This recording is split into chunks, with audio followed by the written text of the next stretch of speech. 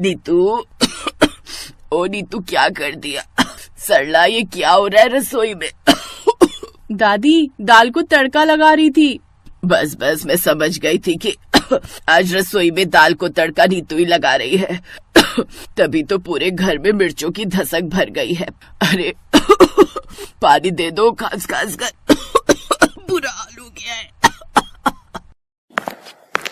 माँ जी, ये पानी।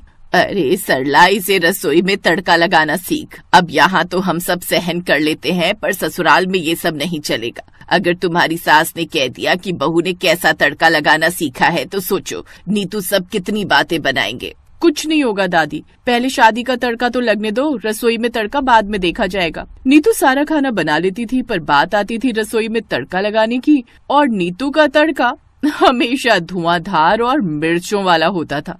कुछ महीनों बाद नीतू की शादी हो गई।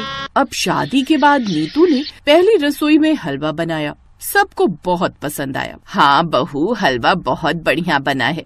थैंक यू माँ जी। भाभी, मीठे में हलवा तो बना दिया, पर आपको अब मेरी भी हेल्प करनी होगी। दोपहर के खाने के लिए आज मैं सबके लिए दाल चावल बना रही हूँ। तड़का तो लगाना होगा, मुझे तड़का लगाना नहीं आता। अरे प्रिया, तेरी भाभी अभी नई आई है और तू उसे आते ही रसोई में लगा रही है। हलवा तो बनाना रीत होती है, तड़का फिर कभी लगवा लेना। अभी बहू को आराम करने दो।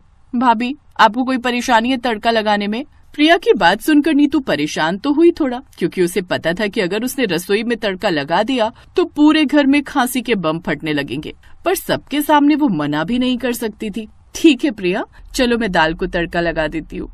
नीतू दाल को तड़का लगाने के लिए चली गई। कुछ देर बाद मोहल्ले की औरतें बधाई देने के लिए आने लगी। अरे सुशीला जी, नई बहू कहाँ है? रसोई में तड़का लगा रही है। आते से ही आपने बहू को किचन में लगा दिया। नहीं नहीं, ऐसी कोई बात नहीं है। बहू तो आज पहली रसोई में हलवा बना कर लाई थी। अरे वो प्रिया का मन था कि आज का तड़का उसकी भाभी लगाए। प्रिया तड़का ढंग से लगा नहीं पाती। अरे तो कोई बात नहीं, अब भाभी आ गई है ना, तो भाभी को देखा देखी सीख जाएगी। नीतू ने तड़का लगा दिया था और हमेशा की तरह आज भी उसने तेज आंच कर दी और खौलते हुए तेल में मिर्ची डाल दी। सौरभ, खिड़की दरवाजे बंद तो नहीं है? जरा खोल दे, थोड़ा धुआं बाहर चला जाएगा। खोल दिए मम्मी। सौरभ किचन में जाता है तो वहाँ पर नीतू और प्रिया लगातार खांस रही थी। नीतू ने मिर्चें जला दी थी। भाभी, आपका तड़का तो धुआंधार भी और असरदार भी। देखो ना, भैया बहाने से रसोई में चले आए। ऐसा कुछ नहीं है, वो तो मैं रसोई की खिड़कियाँ खोलने आया था। नीतू घबराहट में थोड़ा सा शर्मा गई। उस दिन नीतू का लगाया हुआ तड़का सबको नॉर्मल लगा, क्योंकि नीतू की सास, रिश्तेदार और पड़ोस की औरतें भी कभी कभी ऐसा कर देती थी। कभी कभी तड़का लगाने में मिर्चों की धसक होना आम बात है, पर ये कोई नहीं जानता था कि नीतू तो रोजाना ही रसोई में ऐसा तड़का लगाती है। अगले दिन रिश्तेदारी के मेहमान आने वाले। बहू, मेरी मुंबई वाली बहन आ रही है। उनका मन है तुम्हारे हाथ की अरहर की दाल और चावल खाने का। बढ़िया सा करी पत्ता, सरसों दाना वगैरह डालकर तड़का लगा देना। मौसी सास को तड़के वाली दाल बहुत पसंद है। जी माँ जी। नीतू ने हाँ तो कह दिया, पर नीतू को टेंशन जरूर हो गई कि अब फिर से तड़का सबको खांसी करके रहेगा। अगले दिन सौरभ के मौसी आ गए। नीतू ने प्रिया के साथ मिलकर सबके लिए नाश्ता पानी लगाया। बहुत बढ़िया कचौड़ी आलू बने हुए हैं। ये उसी हलवाई के हैं ना, जिसके जीजा जी हमेशा लाते हैं, कल्लू हलवाई के। हमारे एरिया में वही बढ़िया कचौड़ी आलू बनाता है। ये तो हुआ बाजार का। अब हम अपनी नई बहू के हाथों का खाना कब खा रहे हैं? दोपहर में तो नीतू ही सबके लिए खाना बना रही है। अरहर की दाल और चावल बनवा रही हूँ, साथ में पनीर की भुर्जी बनेगी। बहुत बढ़िया। चलो अब तो बहू के हाथ का पेट भर खाना खाएंगे। बना लो बहू जल्दी से। जी बस दाल उबल चुकी है, तड़का लगाने ही जा रही थी। नीतू घबरा रही थी कि तड़का धुआंधार होने वाला है। भाभी, मैं कुछ हेल्प करूँ? नहीं नहीं, मैं कर लूंगी, तुम अपना काम कर लो। प्रिया अपना काम करने के लिए कमरे में चली गई और उसने तड़का लगाया और जैसे ही मिर्चें तेल में गिरी, धुआं, खांसी और घर भर में अफरा तफरी। अरे बहू, तुम्हारे तड़के ने तो नाक आँख सब खोल दिए। नीतू बहू, खिड़की दरवाजे खोल दो, धुआं बाहर चला जाएगा। सॉरी मौसी जी, वो पता नहीं मिर्च जल गई। नीतू की सास को समझ आ रहा था कि नीतू को तड़का सही से लगाना नहीं आता। वो जब भी तड़का लगाती है तो तड़का जला देती है।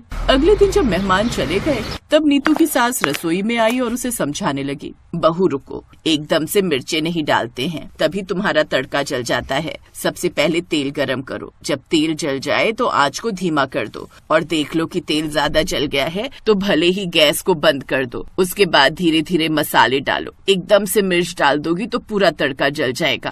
नीतू ने डरते डरते मिर्च डाली, पर पहली बार ऐसा हुआ जब नीतू ने तड़का लगाया तो मिर्चों की बिल्कुल भी हवाड़ नहीं हुई। धीरे धीरे नीतू तड़का लगाना सीख रही थी।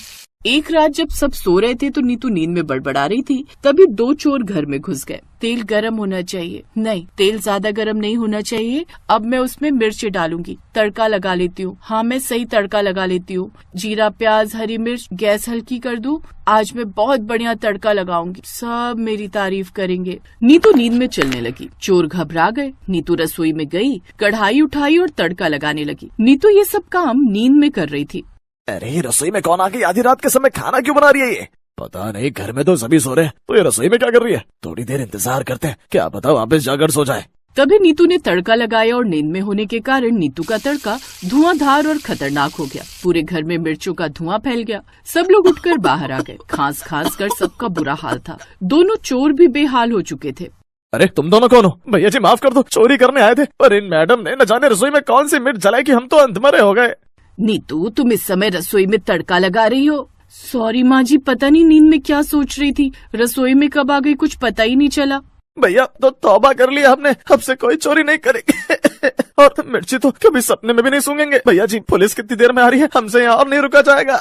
चोरों की बात सुनकर सब जोर से ठहाका लगाकर हंस दिए। कुछ देर बाद पुलिस चोरों को पकड़ ले गई। सब मोहल्ले वालों ने भी नीतू की बहुत तारीफ। नीतू की सास ने बात को ऐसे संभाला, हाँ हमारी बहू तो पानी पीने गई थी, जब देखा कि चोर घर में घुस आए हैं तो बहुत ही बहादुरी दिखाई, और जब कुछ समझ नहीं आया तो तुरंत फ्राई पैन उठाया और मिर्चों का तड़का लगाया। बहुत बहादुर है आपकी बहू, सच में कमाल कर दिया नीतू बहू, तुम्हारी वजह से मोहल्ले में भी चोरी होने से बच गई। ना जाने वो चोर और कितने घरों में चोरी कर लेते। और फिर पूरे मोहल्ले में हंसी खुशी का माहौल हो गया और नीतू सबकी फेवरेट बहू बन गई।